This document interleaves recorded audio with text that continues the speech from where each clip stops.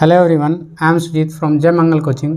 और इस वीडियो में हम क्लास 10th के चैप्टर नंबर 5 से 5.1 का क्वेश्चन नंबर फर्स्ट जो थर्ड और फोर्थ पार्ट रह रहा था वो हम सॉल्व करने वाले हैं। आइए देखते हैं क्वेश्चन में क्या है। हमें बताना है प्रत्येक मीटर की खुदाई के बाद एक कुएँ खोदने में आई लागत, जबकि प्रथम मीटर की खुदाई की लागत 150 है और बाद में प्रत्येक मीटर की खुदाई की लागत 50 रुपये बढ़ जाती है। अब आपको बताना है कि ये एपी है या नहीं है, तो हम देख लेते हैं। सबसे पहले क्वेश्चन में फर्स्ट किलोमीटर पे हमें जो पैसे देने हैं फर्स्ट किलोमीटर पे 150 देना है। उसके बाद जब हम 1 मीटर और अंदर 1 मीटर और गहरा अगर खोदेंगे तो हमें 50 रुपये और एक्स्ट्रा देना है, यानी उसको 2 मीटर अगर कुआं खोद रहा है तो 150 प्लस 50 देना है। अगर वो 3 मीटर खोद रहा है तो 150 प्लस 50 और फिर से 50। ठीक है, तो ये हमारा A1 हो जाएगा, ये हमारा A2 हो जाएगा, उसके बाद ये हमारा A3 हो जाएगा। इसको अगर सॉल्व करते हैं तो A1 हमारा 150 रह गया, A2 हमारा 200 और A3 जो हो गया वो हो गया 250। ठीक है, तो ये A1 A2 A3 आ गया है। अब हम चेक कर लेंगे कि ये एपी है या नहीं। एपी चेक करने का जो फॉर्मूला है मैंने आपको बता रखा है, यहाँ पे फिर से लिख देता हूँ। A2 minus A1 A3 minus A2, ये हमारा फॉर्मूला है। A4 माइनस A3, फॉर्मूले के अकॉर्डिंग क्वेश्चन में वैल्यू डाल देते हैं तो हमारे पास हो गया A2 200 माइनस A1 150 है, तो 150 इज इक्वल टू 50 आ गया। उसके बाद जो हमारे पास दूसरा फॉर्मूला है A3, तो A3 हमारे पास है 250 और 250 माइनस A2 कितना है, तो A2 हमारे पास 200 है, तो 200 इज इक्वल टू 50 आ गया। आप देख सकते हैं कि दोनों जगह जो D है वो इक्वल है, तो A2 minus A1 is equal to D होता है, और D अगर हमारा हर जगह सेम हो गया तो इसका मतलब ये AP है। तो आप देख सकते हैं दोनों जगह D हमारा इक्वल यानी 50 आ रहा है, तो इसका मतलब यह है AP है। अब हम देखते हैं इसका फोर्थ पार्ट जो क्वेश्चन नंबर फर्स्ट का लास्ट है, तो उसमें क्या कह रहा है। अब जो फोर्थ पार्ट है उसमें कह रहा है खाते में प्रत्येक वर्ष का मिश्र धन, जबकि 10,000 की राशि 8% वार्षिक की दर से चक्रवृद्धि ब्याज पर जमा की जाती है।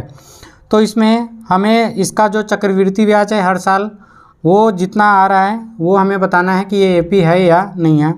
तो हम चक्रवृद्धि ब्याज क्या होता है उसके लिए क्या फॉर्मूला है वो लिख लेते हैं। तो जब हम डिपॉजिट डालेंगे बैंक के अंदर तो सबसे पहले वहाँ पे जो हमारा पैसा होगा वो होगा 10,000 रुपये।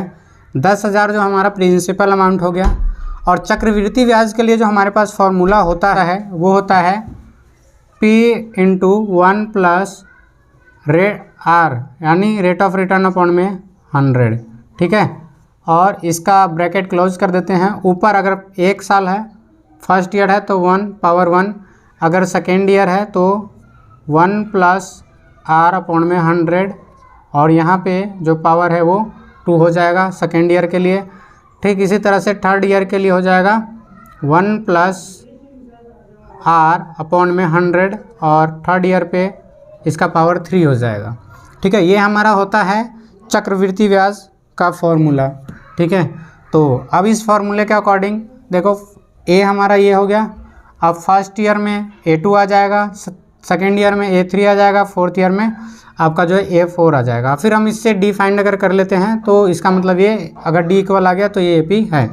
तो शुरू करते हैं। सबसे पहले P दे रखा है, तो P हमारे पास है 10,000 into 1 plus rate of return है हमारे पास 8% अपॉन में 100, और यहाँ पे पावर 1 है। तो इस ब्रैकेट को हम सॉल्व करेंगे क्योंकि पावर तो 1 है तो जो है वही नंबर रहेगा। तो 10,000 ब्रैकेट में इसको जब हम इसको एलसीएम लेके सॉल्व करेंगे तो इसका एलसीएम जो आ जाएगा वो आ जाएगा 100, और 1 से करेंगे तो ये हो जाएगा 100 प्लस 8, 100 प्लस 8 आ जाएगा। तो ये पूरा हो गया हमारे पास 108 अपॉन में 100। अब जो पावर है उसको मैं हटा देता हूँ क्योंकि 1 का पावर 1 ही रहता है। ठीक है, अब हम इसको सॉल्व करेंगे तो ये होगा 20 से 20 कैंसल, इसको मल्टीप्लाई करेंगे तो ये हो जाएगा हमारे पास 10,800 ये हमारा आ गया A2, क्योंकि A1 दिया हुआ है। A2 हमारे पास क्या आ गया 10,800।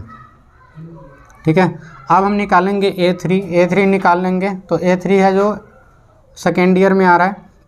इसको सॉल्व करने के लिए हम क्या करेंगे, हम फिर से इसी फॉर्मूले को यूज़ करते हुए, मतलब हमारा हो जाएगा 10,000 multiply by 1 plus rate of return 8/100।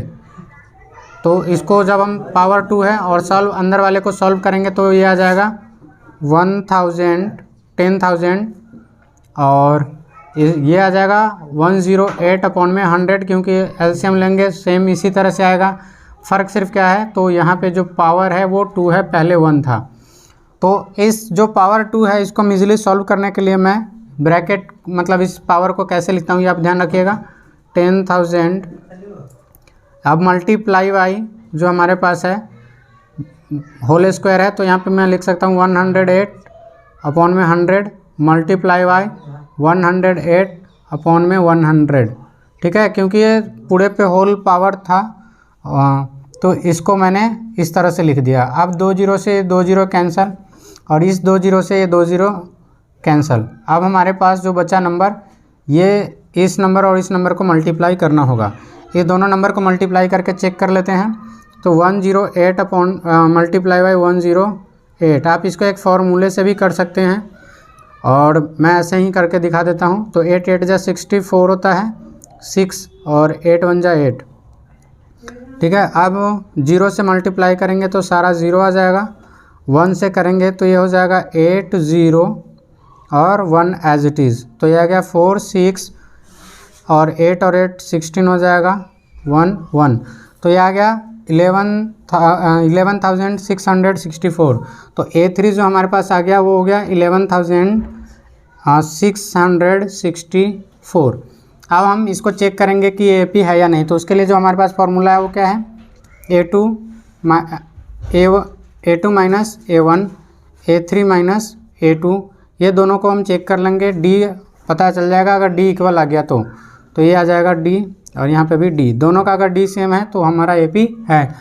तो A2 हमारे पास है वो है 10,800 माइनस कर देंगे 10,000, तो ये हमारे पास आ जाएगा कितना, ये आ गया 800। ठीक है, उसके बाद दूसरा A3 माइनस A2। तो A3 है हमारे पास 11,664।